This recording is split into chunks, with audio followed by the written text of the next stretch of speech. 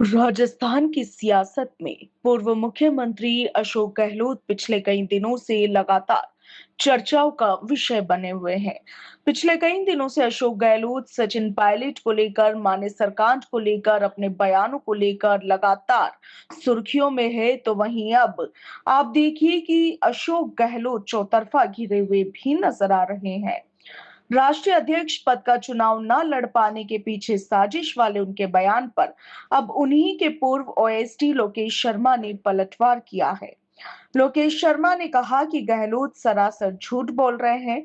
उनके खिलाफ किसी ने कोई साजिश नहीं रची थी, बल्कि वे खुद दिल्ली जाने से डर रहे थे और मुख्यमंत्री की कुर्सी छोड़ना नहीं चाहते थे। लोकेश शर्मा ने आगे कहा कि बंद कमरों में बातचीत के दौरान गहलोत अक्सर कहते थे, लोकेश, मुझे दिल्ली का सिस्टम समझ नहीं आता, वहां का पूरा ढांचा संभालना मेरे बस की बात नहीं है। राजस्थान मेरी रग रग में बसा है और मैं यहीं पर रहकर काम करना चाहता हूँ। पूर्व ओएसडी लोकेश शर्मा के मुताबिक अशोक गहलोत को सबसे बड़ा डर इस बात का था कि यदि वे दिल्ली चले गए और राजस्थान में मुख्यमंत्री की कुर्सी पर कोई दूसरा नेता बैठ गया तो उनके कार्यकाल में लिए गए फैसलों और अलग अलग मामलों की जांच शुरू हो सकती है।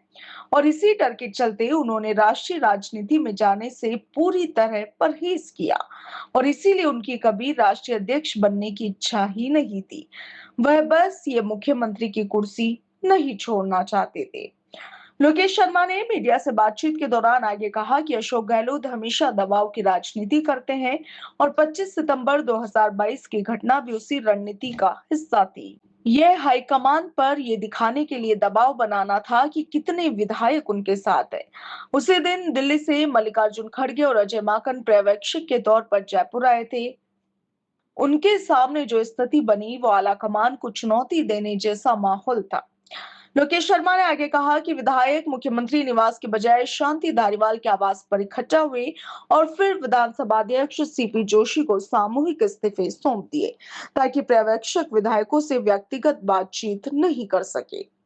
लोकेश शर्मा ने आगे कहा कि गहलोत ने सीधे तौर पर हाईकमान और कांग्रेस पार्टी को साजिशकर्ता कहा है, जिससे ज्यादा निंदनीय काम कोई और हो ही नहीं सकता।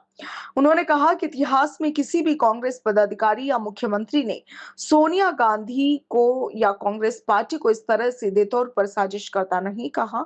उन्होंने आगे ये भी कहा कि अगर गहलोत स्वयं को जननायक मानते हैं तो उन्हें पार्टी से अलग होकर अपनी राजनीतिक ताकत का परीक्षण करना चाहिए। उन्हें धरातल का पता चल जाएगा।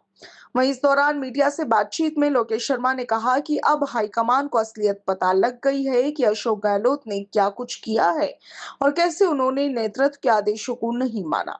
इसीलिए आलाकमान अब उनसे बात नहीं कर रहा।